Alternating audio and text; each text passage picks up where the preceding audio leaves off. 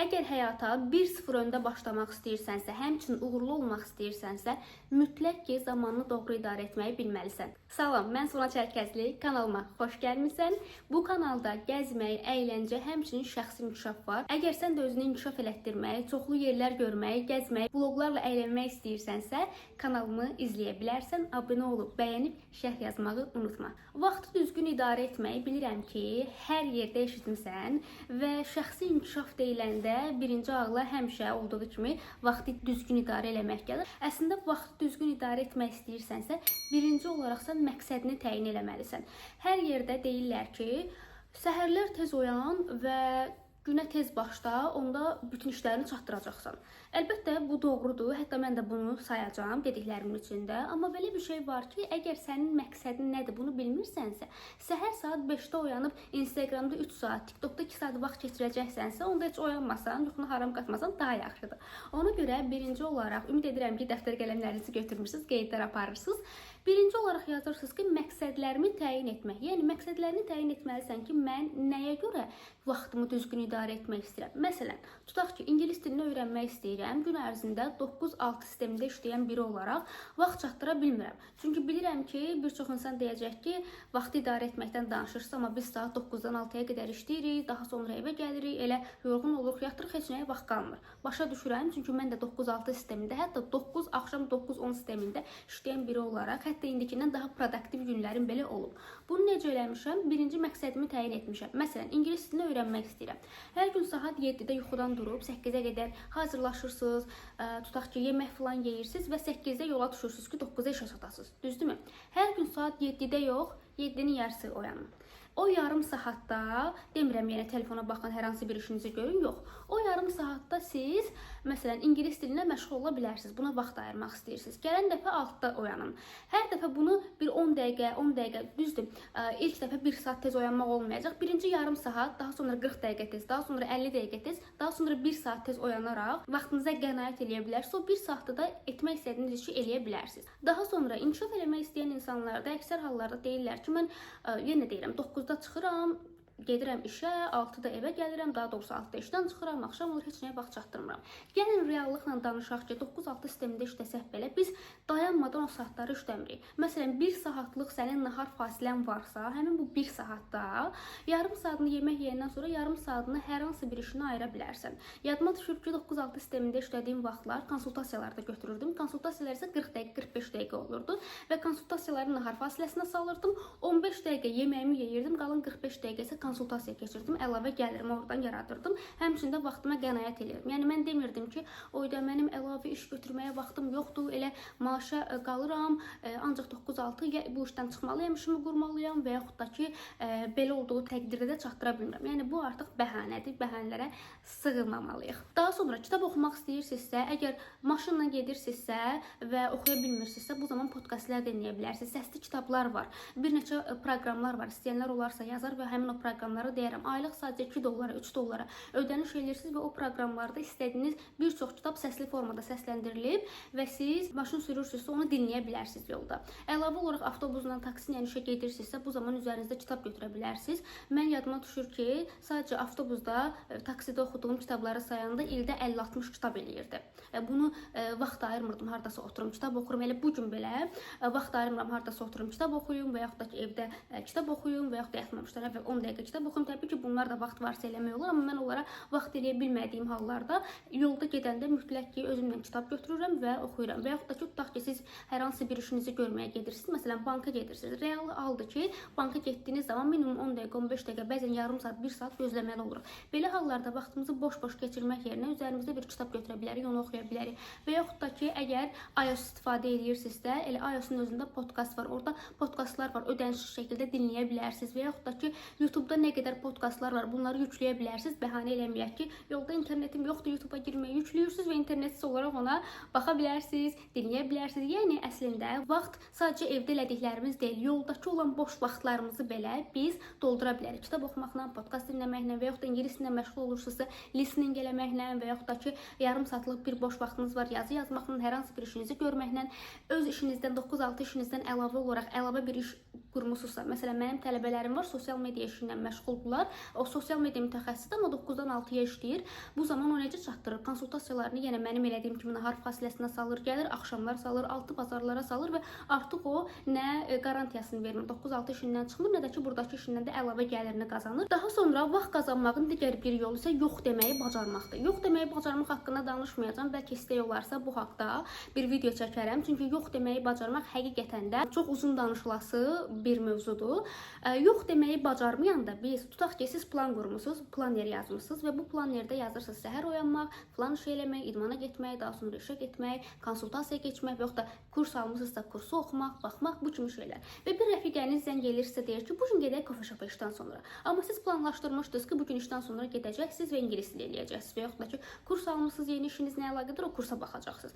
Bu zaman siz qarşınızdakı insan qırılmasın deyə yox deyirsinizsə, artıq zamanınızı itirmiş olursunuz. Məsələn, düzdür, mən də rəfiqələrimlə gəzməyi, dostlarımla gəzməyi, səyahət eləməyi, gəzməyə, əylənməyi, özümə vaxt ayırmaq çox sevən biriyəm. Amma bunu özümü geridə qoyaraq eləmirəm. Məsələn, o gün həqiqətən də başqa bir işim varsa, rəfiqəmə deyirəm ki, bu gün mənim başqa bir planım var, falan vaxtda gedərik. Və yoxud da həqiqətən də o gün başqa bir işim olsa belə, o rəfiqəmlə çıxmaq istəyirəmsə, biraz istəyirəm ki, əylənim və yoxud da ki, işdən yorulmuşam, biraz hava alım deyə istəyirəmsə, o zaman gedə bilərəm. Yəni istəyirsinizsə gedə bilirsiniz. Burada gedə bilərsiniz. Burada heç problem yoxdur. Amma istəmirsiniz.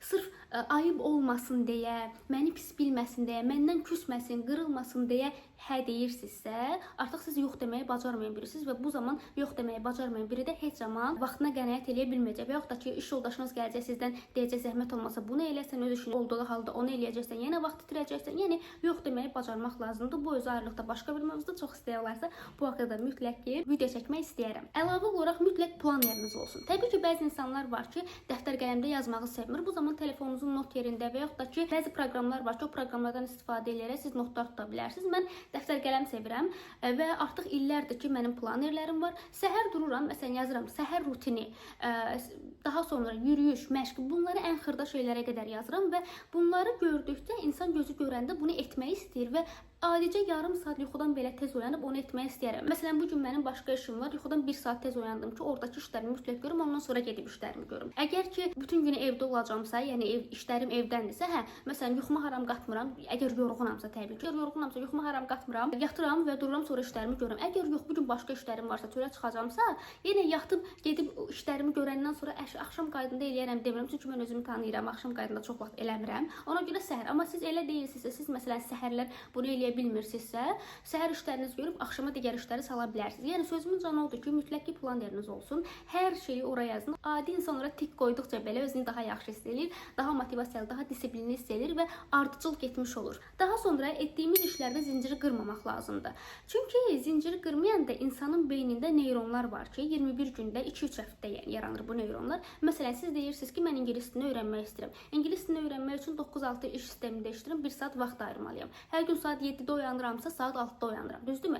Bir gün saat 6-da oyanım, bir gün 7-nin yarısı, bir gün saat 5-də, bir gün 7-də, bu gün boş verim desəniz, nə o ingilis dilini öyrənə biləcəksiniz, nə də ki, zinciri qırdığınız üçün beyninizdəki o neyron bağlantıları bir-biri ilə əlaqəyə keçə bilmədiyi üçün artıq siz belə olduğu təqdirdə çox təəssüf ki, vaxtınızı düzgün idarə eləyə bilməyəcəksiniz. Amma hər gün eyni vaxtda təbii ki, birinci başlayanda yarım saat, 40 dəqiqə, 50 dəqiqəniz, daha sonra digər günlərdə eyni vaxtda oyandığınız zaman artıq beyin hüceyrələrinizdə də bu zincirlənmə yarandığı üçün avtomatik olaraq, bəzən saat sizi oyandırmayanda belə siz özünüz avtomatik olaraq oyana biləcəksiniz. Yəni bunu da sizə tövsiyə eləyirəm. Və son olaraq vaxtın idarə edilməsində bir sıra texnikalar var ki, bu texnikaları bilirəm ki, bir çox videolar izləmisiniz. Əgər bu mövzuya maraqlısınızsa, bir çox videolar var. Pomodoro texnikası var, digər texnikalar var. Onlardan istifadə edə bilərsiniz. Sadəcə vaxtı idarə etmək üçün hansı texnikalar var yazdığınız zaman YouTube-a, bu zaman sizə çoxlu onsuz da texnikalar çıxmağa başlayacaq. Amma burada istəyirəm ki,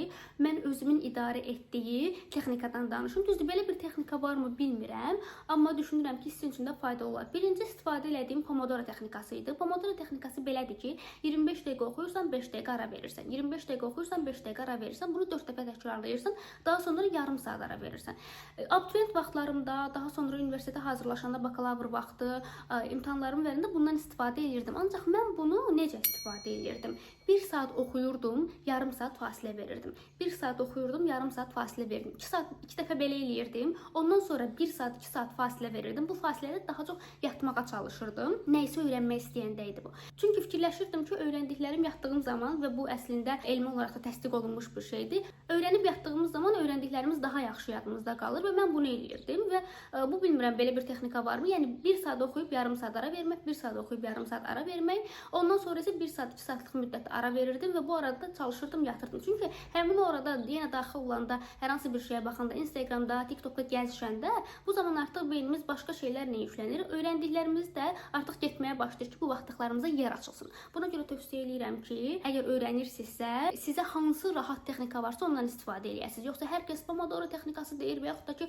sonra burada deyir ki, 1 saat oxu, yarım saat ara verməndə çox yaxşı olmuşdu, bəlkə o sizdə çox yaxşı olmayacaq. Və yaxud da sizə deyə bilərlər ki, səhərin 5-6-sı daha yaxşı yadda qalır. Məsələn, məndə də elədir. Səhər saat 5-6-da oxuyanda nəsə daha yaxşı yadımda qalır. Çünki səhər oyananda artıq sən başqa şeylərlə məşğul olmadığın üçün beynin daha boş olur və daha rahat öyrənirsən. Ancaq bəzi insanlar var ki, onlar səhər yox, gecə saatlarında daha produktiv olurlar. Bu zaman zamanınızı ona uyğunlaşdıra bilərsiniz. Yəni əzizlərim, əgər vaxtınızı düzgün idarə etmək istəyirsinizsə, birinci növbədə məqsədlərinizi təyin etməlisiniz.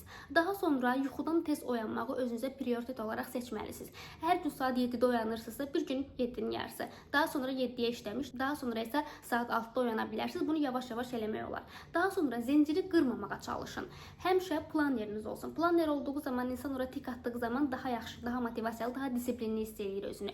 Hər hansı sizə rahat olan bir texnikadan, məsələn, mən Pomodoro texnikasını fərqli formada istifadə edirəm. İstifadə edə bilərsiniz. Çoxlu texnikalar var, hansısa uyğunsa bunu seçə bilərsiniz və yaxud da ki, özünüz öz texnikanızı da yarada bilərsiniz. Əsas məsələ odur ki, siz bir şeyi istəyirsinizsə, mütləq eləyə bilərsiniz. Çünki biz həqiqətən də çox güclüyük və beynimizin kapasitəsini daha yaxşı istifadə edəndə daha yaxşı nəticələr də əldə etmiş oluruq. Vaxtı idarə etmək o qədər də çətin bir şey deyil. Mən düşünərdim ki, hər insan, hər disiplinli insan vaxtını düzgün idarə edə bilər. Əgər sən də vaxtını düzgün idarə etmək istəyirsənsə, ümid edirəm ki, bu video sənə faydalı olmuşdur. Sualların olarsa şərhdə yaza bilərsən. Təbii ki, cavablayacağam. Videonu bəyəndinsə və davamlı olmağını istəyirsənsə bu tipli videoların kanalıma abunə olub, videonu bəyənib və şərh yazmağı unutma.